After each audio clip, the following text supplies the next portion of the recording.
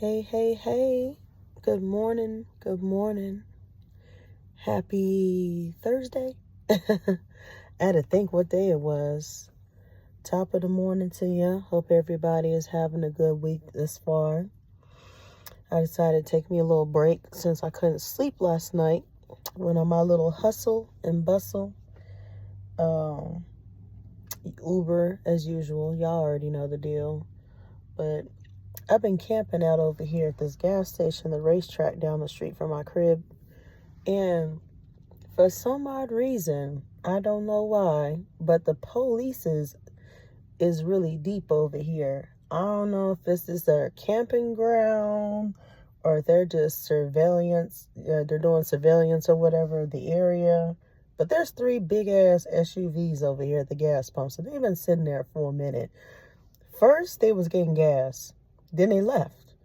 Then 5 minutes later, they came back, and I'm just like, looking at them right now. 3 cop cars right now. So I'm just like, should I be afraid? I don't know how to feel. Or should I feel like, okay, well, I'm glad there's polices over here, but damn, like, y'all rolling deep for 4 a.m. in the morning. I don't know. But the gas station clerk inside that I was talking to before I had grabbed me something to snack on or whatever, he told me that somebody was in here stealing, I think about a week ago or a few days ago. He said he was blitzed out of his mind. And he said what was funny is that while dude was stealing, while he was watching him steal, the guy didn't realize there was like 5 officers in the back of the gas station just watching him steal everything. And he said the only thing he stole was like, y'all know, like them little liquor, alcoholic things called buzz balls. He said that the dude stole a buzz ball and like a snack or something. And the cops asked the gas station clerk if he wanted to press charges. He was like, nah, man, let him go. He high as hell. He blazed out of his mind. I just thought that was so hilarious. But I mean, the struggle is real. I get it, but golly, like, I don't know what's going on out here, but normally at this hour, I would be asleep. But the day before, I slept all day, and that might be another reason why I can't go to sleep. Because, like, when I say I've been rolling, y'all, like, I've been rolling since last night around, I don't know, 9, 10 o'clock-ish. That's what time I normally come out my door if I don't sleep. Normally I'd be out here throughout the weekend, but I'm on a mission to complete this quest. See, Uber and Lyft, they have what's called quests, which are kind of like scavenger hunts for extra money, like extra incentives for you to come out.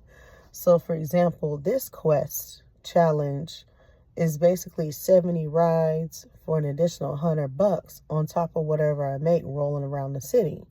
So that's why I've been rolling around here like a damn crackhead trying to get the rest of them rides, because 70 rides is a lot to get an extra $100 on top of whatever you make.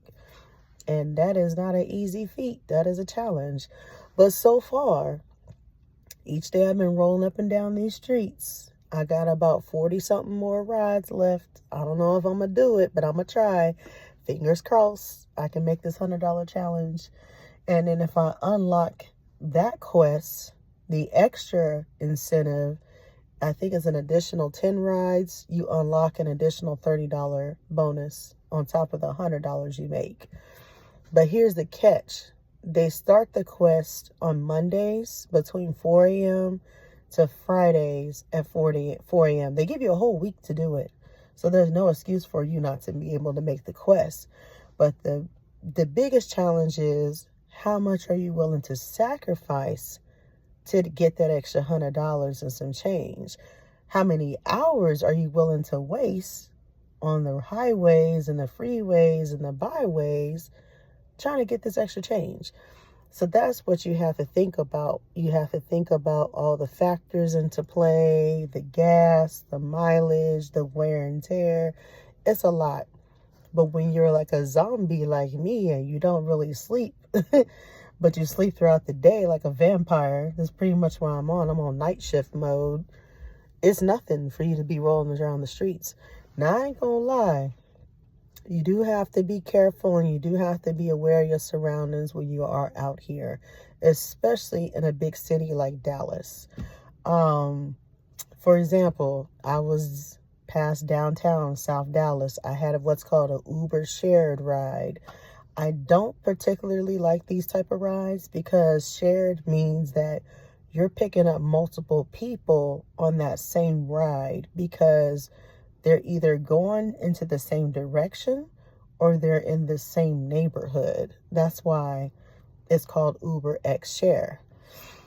Well, the thing about shared, it supposedly saves you money between the fare. They split the fare between the multiple people that's on that ride, which is nice. But the bad part for you as the driver, like me, if you have two people, okay, cool. That's fine. I can deal with two people and going to the same spot. Most of the time, I get lucky. Most of them are females late at night. Sometimes I get a couple of males. It's rare that I do find them on the shared ride. But, man, when I tell you they made me work for that Uber X Share, they had gave me 3 people. But this is what happened. The first lady I picked up was an older black lady. She was sweet. She was on her way to work. She worked nights at Kroger. We talked for a little bit. And then a co-rider got added, which is the next person you pick up on the shared ride on the same route. So I picked up the next rider, who happened to be a young Mexican girl. She was at the mall. I think she was getting off her work or her job. And she was cool. And I was just so glad these people were so cool. Now, after I dropped off the older black lady, me and the Mexican girl, we had a great conversation. She told me that, she was former military, blah, blah, blah. She told me about her life. She said she was from like Guam, whatever. But when I got the next co-rider, I thought I was done. I said, okay, maybe it's only 2 people on this route. That last one, I got nervous because it was a man's name. It said Robert. I said, oh, shit. And it's downtown. I already know what time it is because the activity down there, it don't matter what time of the day it is, what day of the week. If they're downtown at a bar, such as Deep Ellum, which is a very popular district, run. Don't even bother stopping in Deep Ellum because it's that bad. Like, Deep Ellum is rough. They be having fights. They have shootouts. There's drunks. There's belligerent people. You don't want to be down there, especially after hours. But man, when I say I got lucky and God was really on my side tonight, Robert was a cool brother. He was at somebody's house. I think he said he left from his mama's house from visiting. And he said he was on his way home. I think he had just got off his job, his work. And I asked him what he do for a living. He said he worked for a hotel. I said, okay, that's what's up. Y'all got good jobs. That's cool. And we talked for a little bit, chopped it up a little bit about our lives. And he's telling me about, his kids going off to college and stuff and him being in the Dallas area or whatever. And then after I dropped off the Mexican lady at her place, seen a little fake-ass rental cop security guard dude with a beat-up-ass Buick. Them old school cop cars that they don't drive no more. He had one of them. It was like a black and white unmarked unit with strobe lights on top. Like he was really patrolling. And he gonna look at me like all in my face like this. And I'm like, can I help you? I'm like, why are you looking at me like I'm committing a crime? I'm just like you. I'm getting my bread. I'm working. I'm minding my business. Leave me alone. But anyway, I thought that was hilarious. But as I was dropping off the brother on the south side of town, and he was deep in the south, way, way south, past the hood, he was telling me that he's never traveled. And I said, what you mean you never traveled? He was like, well, I've always wanted to, go some places. And he said, man, if I ever get a chance, I want to live in Japan. I said, live in Japan? Why? I can see if you want to visit, but live there. Talk about he want to live there for a year. I'm like, okay, weird, awkward. I don't know. He said that it's very clean. He's very attracted to countries. I guess they're peaceful, quiet. And it is true. Japan is quiet. It's peaceful. I've never been, but it's just so random. Like, he just said he wanted to live in Japan. But here's the kicker. The brother said he never been on a plane, nor does he have a passport. Now, I'm not judging nobody, but when you're 40 plus years old and you've never traveled anywhere on an airplane, there's a problem. I hate to say it. Now, I get it. Some people are afraid of heights. Some people are afraid of getting on a plane. They're afraid of being in the air. I get it. There's always a fear of flying. And I asked him, are you afraid to fly? Or he was like, nah, I ain't just never had nowhere to go. That's how he said it. He said, I just ain't never had nowhere to go. I said, what you mean you ain't never had nowhere to go? What you talking about? I just never had desire to travel. And now that I'm older and my kids is grown, I'm ready to get out and travel. I want to do some traveling. And I was like, bro, I don't know what you got going on, but stay off the drugs. I don't know what the brother was smoking, but he was a little out there, I ain't gonna lie. But he was sweet. He was cool. He was sweet. He had a lot of ambition. He's a cool brother. But yeah, he was just all over the place. I said, so you don't have a passport, you desire to travel, then you want to live in Japan, which out of the blue, the most randomest country I would have never imagined. I'm just like, what are you thinking? Where is your mind at? What you got going on? And then he said that one of his kids, his daughter, got accepted to 3 different colleges. He said she got accepted to Clark Atlanta, which is a black college in Atlanta. Then he said that she also got an offer to go to Howard University. And I believe the last one he said was University of Houston that she applied to. I said, if I was you, and I said, this is my opinion, I think the best out of all 3 of them colleges that sent her an offer, I would say Howard all the way. I know it's far as hell. DC is hella cold. It's hella expensive. But if she stays on the campus in a dorm and she has a scholarship or something that can pay for housing and tuition, I say go for it. She's got a full ride. I would say Howard. Howard is top of the line. Now, don't get me wrong. There's nothing wrong with U of H, aka University of Houston, and there's nothing wrong with Clark Atlanta.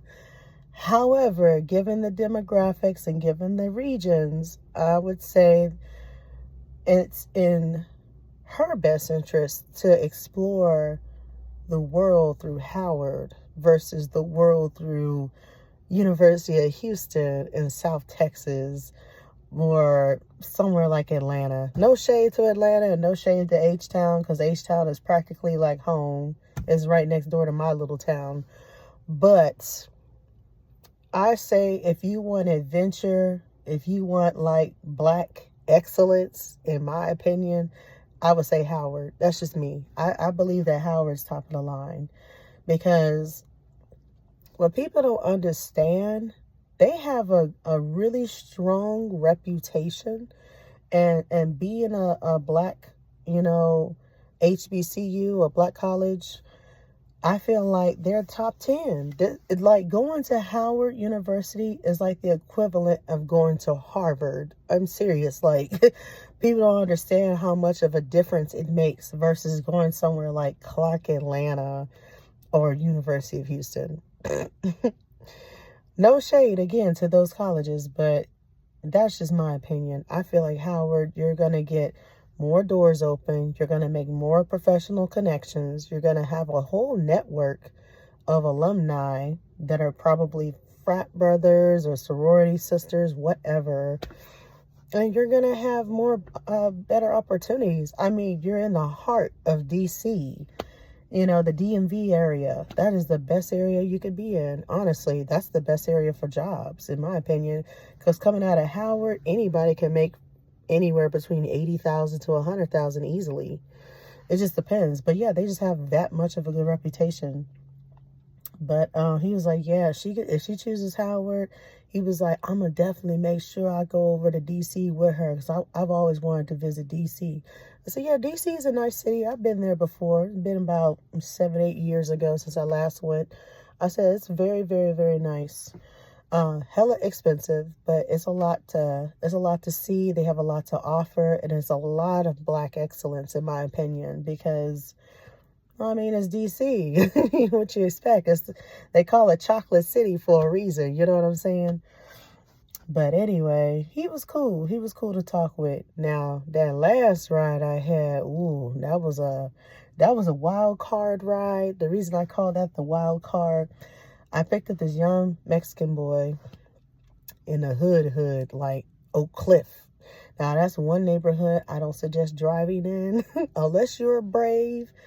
50-50 chance you may get robbed, you may get stabbed, you may get shot, you may get unalived. That's Oak Cliff. Yeah, you definitely don't want to be in Oak Cliff at nighttime. I just happened to scoop him up because he was on the way home. So I said, well, the ride is $15. I said, $15 won't hurt me.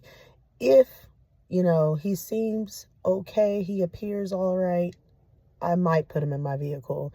If he doesn't appear okay, he looks a little off, he looks a little funny, I drive off on them hoes. I don't put people in my car that don't look right.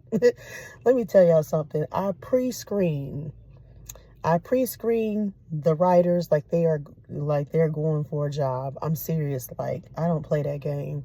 If I see like someone is legit high as a kite or drunk as a skunk and they're stumbling and they can't keep their balance, I don't put them in my car. I drive off. It's just common sense. If you feel something in your gut is not right, drive off. That's my opinion, because it's too much happening. But the young kid ended up being cool. He was like, I don't know, 22, 21. But the kid, oh my God, he smelled like hella weed. That's the thing that pissed me off. One of my pet peeves about people getting in my car is the smell. Don't come in my car smelling funky. And damn sure don't come in my car smelling like weed. Because when you smell strong, where I got to spray my whole entire car down to get your smell and your stank off of my seats, there's a problem. I don't like that shit. But like I said, he ended up being kind of cool. He was like, why you come over to the cliff? You ain't scared? You know what I'm saying? He's like, I said, I ain't scared of shit. I said, trust me, I've been in worse places than you can ever imagine than little old Oak Cliff in Dallas. Now, don't get me wrong. It can be a little shady depending on where you go, because it's very poor in most areas. But like I said, I pre-screen people. If I feel like okay, I have a 50-50 chance I'll live, I'll pick them up. If I don't pick them up. I don't even bother. But, yeah, he was just, he was just having a cool conversation. He was just kind of weird with it. He was telling me about people who were like unalived in certain parts of town and how they didn't make the news. It's kind of sad. I was like, oh God. But anyway, yeah, it was quite an adventure going through the hood with somebody like him. But I don't pass judgment on folks, because I've seen folks in way worse situations. But if I clearly see like it's someone that's on something like really, really bad, like it's like an addict, like I'm not putting them in my car, because it's too much of a risk. It's too risky. But other than that, I had a good night. I might do a couple of more hours, try to catch the rush hour in the early morning. Then I'm going to go get my oil change when the oil place opens up at Firestone later on, because it's time for another oil change and rotation, because I've been burning oil like nobody's business all over these freeways. But, yeah, it's quite an adventure when you're out here and you're in between gigs and you're hustling, you're surviving, the survival of the fittest, But you know what? I'm very grateful. I'm very humble for anything that I can do. I'm just glad to be an able-bodied person where I know I can just drive my own car. I don't have to depend on nobody, as far as like making money. I mean, it's not hard. It's just a matter of what are you going to put up with and what are you going to deal with. As many times as I don't want to be in this cold-ass car, because it's 30-something degrees right now. It's really cold out here. I bust my ass because I do what I got to do to make ends meet, That's just how it is. But anyway, I'm going to stop chatting with y'all and get off of here. Get back to this little hustle, because I think it's break time is over. Time to punch the clock back in. But yeah, it's pretty much how my day is going so far. But y'all be easy. I'll holler at y'all later. I might come back on here probably in the next couple hours, depending on how I'm feeling. But y'all take care now.